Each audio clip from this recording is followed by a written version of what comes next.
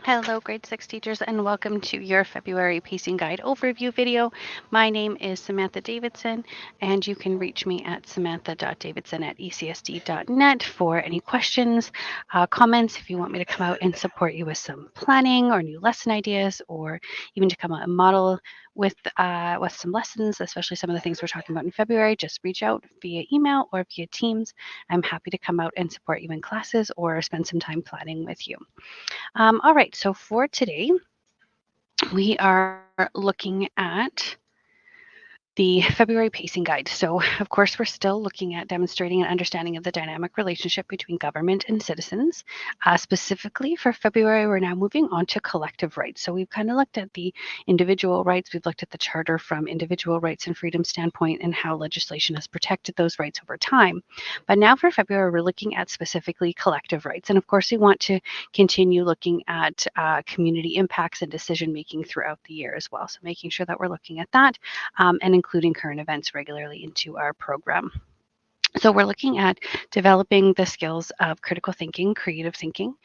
We want our students really here to evaluate ideas, information, and positions. So presenting them with new information and having them reevaluate their personal opinions to broaden understanding of a topic is going to be really essential for this one here. So using a lot of reflection, a lot of oral conversations, and sharing of thinking is going to be an important part for this particular outcome, and including looking at the developing of our historical thinking. So looking at historic events to try to understand this and how we've influenced legislation over time. So those are some of the big skills, and of course, still looking at decision making and problem solving. So evaluating some of the decisions that were historically made is going to be a great opportunity for students to look through here. When we go back up to the particular outcome, analyze is what we're focusing on here. So analyzing is what is the verb that we're having our students do. So this includes things like identifying key components and details, explaining the relationships between the different elements, interpreting the meaning from significance of like a speech or a particular event or image or concept, or again, if we're looking at the Treaty of La Grande Paix de Montréal, interpreting the meaning or significance of multiple perspectives in there. And then, of course, we want them to draw conclusions. So drawing or making inferencing or even relating that back to how has that impacted Canada today. So going back to all of those things, or how does this relate to the pillars of democracy, or looking at making those and drawing those conclusions is going to be important for this particular month when it comes to the outcomes. All right, so then we're going to look a little bit further down here. We've got our vocab here as always for reading comprehension. So it is really important that we are teaching our students reading throughout social studies, that we're giving them opportunities to read a variety of primary sources, secondary sources, speeches, quotes, images, reading text, looking and doing the research, and that fits all with your grade 6 language arts program as well. So there's great connections in this month with your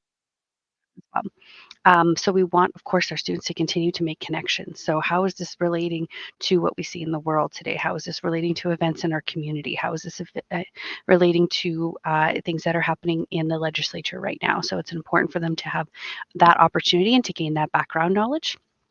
One of the strategies I've put in here for February to work on with reading comprehension that should also help with the provincial achievement test, because that there's a large portion of reading in that test as well, is the SQ3R. So there's a link there to how to do that routine. But basically, the students survey, they read over, survey the reading passage, they come up with some questions, then they read it, then they recite it, which means, and then they review it. So that's a really good strategy for our students to start using. And again, that close reading strategy as well, where they're looking at reading the passage 3 times to gather information or with a different purpose. Of course, monitoring and clarifying is going to be really important for our students. So especially when looking at historical content. So if something's not making sense to you, what can you do? How do you go back and understand that or use context clues? The extra newsworthy nonfiction tool. If you click on that one, it's going to get you to Canva, and it's a great resource to help students read with their reading of nonfiction.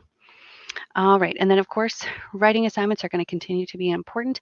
Our language arts team on their placemat highlighted quite a few expository pieces, and the one of the assignments here is directly related to research as well as expository writing from social studies. So, looking at what are some of those written response questions, those are developed there for you, and then inside the response framework are just some I guess recipes or frameworks that you can teach to your students on how to start writing in that kind of social context. So how do I put in like what's the point, what is my evidence, and what is my evaluation, and things like that. So if you click on this link, there are some slides there for you to look at the different writing frameworks that you can help to support your students writing in social studies, so that you're moving beyond just that I think or that one sentence, and moving into a little bit more depth and understanding with the writing in social studies. All right, so then of course we've got some visible thinking routines that we want to highlight this month. Parts, people, and interactions. Of course, we're looking at what are the parts, the collective, what are the parts within the Canadian Charter of Rights and Freedoms that identifies with collective, who are the people within those collective identities, and how do they interact. So again, that would be a great kind of summation of the outcomes to understand how collective identities or how collective identity is protected within the Canadian Charter of Rights and Freedoms. So one of the things I did want to highlight is one of the student activities that I highly recommend, especially for looking at collective rights and collective identity, is going through the blanket activity. So the blanket activity is an interactive map. I can come out and do this with you. I would need the support of the teacher, the classroom teacher, and Indigenous Learning Services can also come out and support with this as well. But it is an interactive map, a historic map where it kind of showcases the Indigenous histories from pre-contact to modern day, and the blankets get moved and children get shuffled, and so it's a very authentic opportunity for students to see the Indigenous history and what's occurred historically throughout that. So if you are interested in booking that activity with me, just again, reach out via Teams or email. And we can see if we can book in a time to come and do that activity. So then, of course, there is a collective rights slide deck that is teacher friendly, and you can make a copy, add changes, add GIFs, things that'll help your students to understand. Scenario and discussion prompts are here. Timeline assignment is there, looking at a language timeline assignment as well. The one-pager treaty assignment for Treaty of La Grande Paix de Montréal is directly connected with your language arts program this month. You can look at a tug-of-war activity, number heads comparison assignment, and then a charter quest unveiling the importance of entrenchment. So that's kind of hitting all of the different outcomes under that 6.1.3. So those are some of the options in there for you. And then, of course, we have all the potential assessments for you. And then websites and places that you can go to. So one of the things I love for this month, of course, I'm hoping you used it last month with the rights and freedoms, but this one we have specifically one that looks at the languages. So when we're looking at the collective rights of minority language education, then you can use this particular kayak magazine, and there's pieces within it that can help with that one. All right, back to this one. Then also within this month's pacing guide is a couple books that you can read. And again, within the rights and freedoms, you do have the Canadian Charter posted.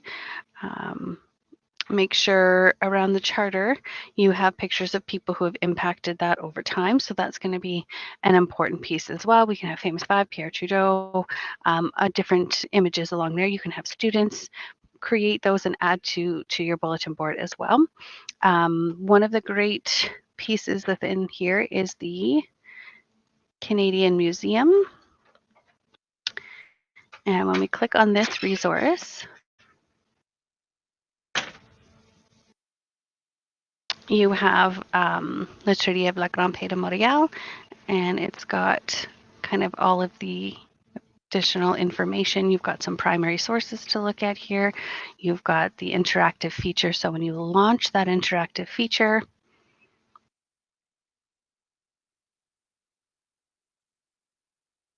you're going to have an opportunity to kind of engage in the virtual museum here. So again, this is an activity you can have the link sent to your students in Google Classroom, and they can kind of go through it and use some of those graphic organizers to collect information. You can do a chat station with it. You can have a classroom discussion, Socratic seminar, inside-outside circle after engaging with this. But this is another great resource that's available there for you. All right, so that's everything I have today for you in the February Pacing Guide update. I hope these videos are helpful. And again, please feel free to reach out anytime with if you need any additional support or any classroom modeling, or if you just have questions or you just want to try something out and you want my support with that, I'm happy to help with all of those features. And please make sure to check out the Social Studies SharePoint page, grade 6, for all of the resources, and even more so that's available on the Pacing Guide. Thank you so much and have a great day.